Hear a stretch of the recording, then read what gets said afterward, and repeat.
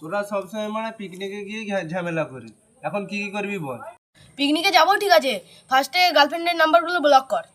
পিকনিকে তো যাবো, শুধু বক্সে হানি সিং এর গান বাজবে না বাড়া, মাঝে মধ্যে বাচ্চারও গান চলবে না মারা, শুধু হানি সিং এরই গান বাজবে না, তো আমি গান মারা আমি যাচ্ছি না ভাই বস বস, হানি সিং এরই গান চলে বস। বিয়ার থাকলে ভাই আমি খাবো না, মদ আর মাংস থাকলে আমি খাবো। আমি মুরগির মাংস খাবো নি, খাসির মাংসই খাবো। মানে ক টাকা দিছিস? বাড়া 30 টাকা। বেশি গান না মারিয়ে মুরগির মাংসই হবে। তোরা তাহলে গাঁড় মারা গা, আমি ভাই তোর জন্য একটা এক্সট্রা ডিম পোচ করে দেবো ভাই বস।